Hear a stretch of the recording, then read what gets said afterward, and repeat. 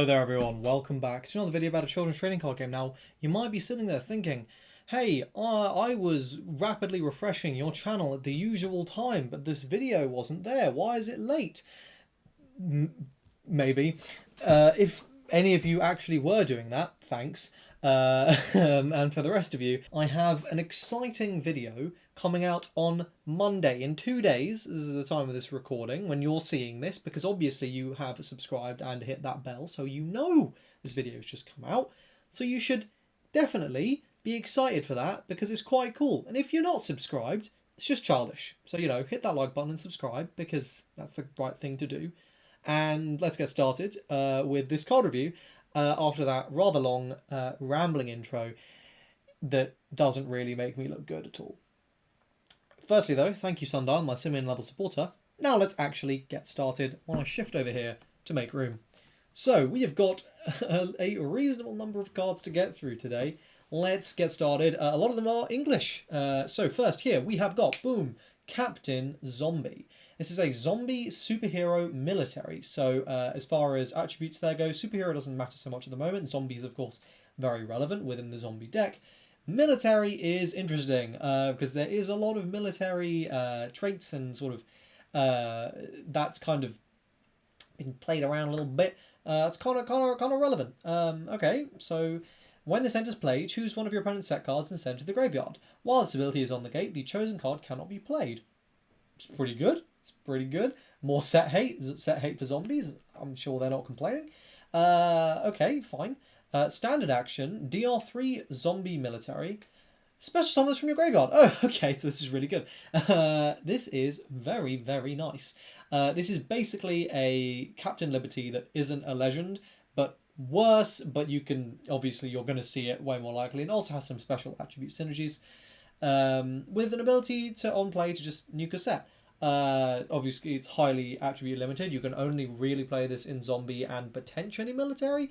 I don't know that you necessarily would want to. Maybe at a couple copies, just as like additional liberties. Especially since, you know, this actually gives you some set removal. So I can see you actually wanting to just play this in a normal military deck. Though you might want to be saving your DR for the superior rep. So we'll have to see how that shakes out. But yeah, this is very, very solid. So the sort of main utility here is the fact that you now are always going to have something that you can just sack and you don't really care about it, because you can bring it back very easily through either the level 3 counter zombie apocalypse set, I believe it's called, event, or of course through its own ability. So it's much easier to just go, alright, cool, bye. Additionally, it's 2 strike, which is nice. So yeah, just an all-round very solid card, good 3-star for zombies. I would really like to see some more good zombie cards. However, every time I think, this Atlas deck could really use a little more oomph, what I remember is Lucifer the Lightbringer is an Atlas card, and therefore all my complaints dissipate into nothingness, because Lucifer is really all you need. Next, Earth Mediator Zahira. This is an Earth Mage. This card is... okay. TD and OD. Choose a level 1 or lower beast unit in your graveyard and special summon it. At the end of your main phase, put it into the graveyard. Okay. In terms of actual like beasts that are decent, there's a few. But okay, sure. When this is discarded from your hand during your main phase, I'll say the main one you probably want to put back is like the cat Sith with counter. You can see that sort of being a fairly big one. When this is discarded from your hand during your main phase, you may special summon this. So if you use one of your up to 8 Paula discards, this will come back, right? That plus Rickery means you will also have 8 targets that revive themselves when discarded, plus Karmazov means 12. You can see you can get quite a few ways to just gain silly value off Paula, fine. Abyssal Summoning and Genesis Summoning, the Genesis Summoning is one or more allied mage, beast, or dragon units in one of their own decks. If you do, you special summon a beast from your deck. So this is limited to beasts. Worth saying that the SR is a beast, so you can just make this. Stridum is a beast, and that's obviously a very nice card, and it also enhances. So if, for example, you went, okay, play Paula, pitch Zahira, Zahira revives itself, and then you just summon a beast, sink away, make your Stridum, enhance, suddenly you're like countering counters, which is quite nice. This is a card that sort of I have no idea how good this card is. My mind sort of immediately exploded, and like fully like the brain was wrinkling in real time as I thought of more and more different ways to like combo this card. Oh, this is really nice in this abyss summoning because of this thing, and oh, you can use it in Genesis summoning with this combo, and you can like do this combo line. It can be. Frankly, lads, I have no fucking clue. This is a card that's just I'm sitting here like, yeah, I mean it's probably good. I doubt it's bad. It's just yep, yep, yeah. Beasts like it. That's all I can say for sure. And I assure you, a level 2 Genesis summoner like this that just revives itself by pitch with Paula is quite nice in Genesis summoning as well. I actually sort of feel like Shiori and Alketa are really falling off with the way the sort of Genesis summoning deck is looking to form up in set 3. Fuck knows, honestly. There's going to be like at this point now, Genesis summoning is like synchro summoning. You just splash it into decks and you usually get to use it. And then the deck that's dedicated to it is probably going to be quite good, but I don't know if it's necessarily going to be that good. We'll see. Let's move on. Gold and Silver Knight. Let's start with Gold Knight. So these are the last 2 Excavator cards, I believe, because the final, the 5th Excavator card was a promo, so we've already seen it. Gold Knight. This has Resonance Enhance. If you have a Silver Knight in play, it gets plus 3 HP in a defender. So this becomes a level 1 Rampart Elephant. Now, a level 2 Rampart Elephant was not bad. A level 1? That's pretty good. Okay. So, but it's restrictive in a combo. Other than that, it's a 4/2/2, so the attack ain't half bad. It's got 2 strike, that's sort of the amount you need for it to kind of matter. So, okay, this card's all right normally, but if you get out your Silver Knight, suddenly it's a fucking Rampart Elephant. That's not bad at all.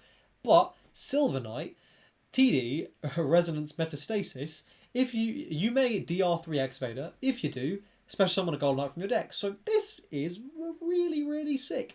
You know, don't sleep on just getting free value like this. That's good. That's a good effect. Thinning your deck, getting a thing on board for only 1 level. I just fucking DR3 Excavator. You could probably afford that. It's pretty good, guys. I think it's pretty good. I don't know how this meta's gonna shake out. Oh man, it's just everything's like very, very, very solid. Honestly, that's a solid combo. It's not. It's fine. It's fine. Okay, on to our first English new card, which was a Volnar 4-star. And this card is very good. Boom, English card! Yay, no AiboAcademy logo. Isn't that amazing? Aras, Guardian of the Divine Winds. This is a Wind Warrior Light level 3. This might be familiar to those of you who remember the set 1 Aras, so he's got a little upgrade here. By the way, can I just say, the art on this is sublime. I mean, come on. 3/5/1. Stats are a bit, alright, but defender and double attack. So immediately this is like it's a 6/5/2, but better, obviously. It's good, it is good. You know, don't sleep on that sort of ability there, especially because you have ways to buff its stats, right? Like you can give it additional attack. There are ways to do that. So suddenly there's like a 5/5/1. Pretty good. Pretty good. 10, like a 10/5/2. It's not bad.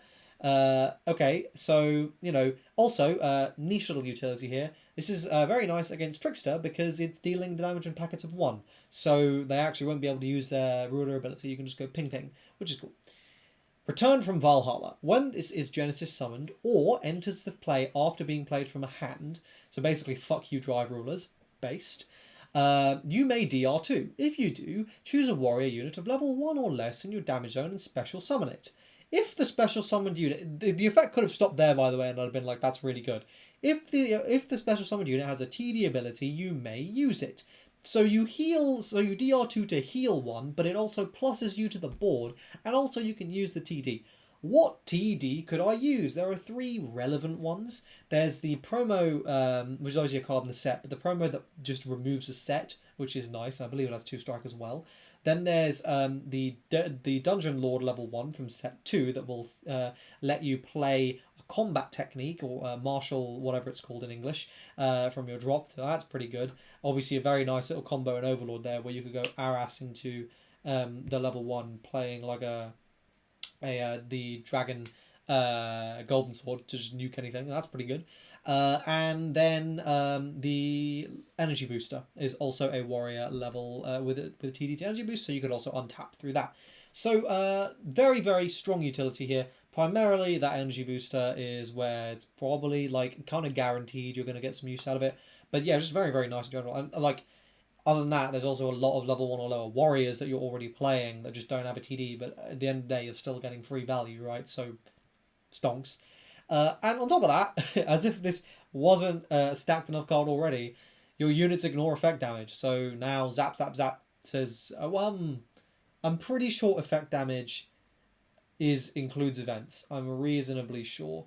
So it'll be like a Victor Burn, it'll be like zap, zap, zap. I'm pretty sure.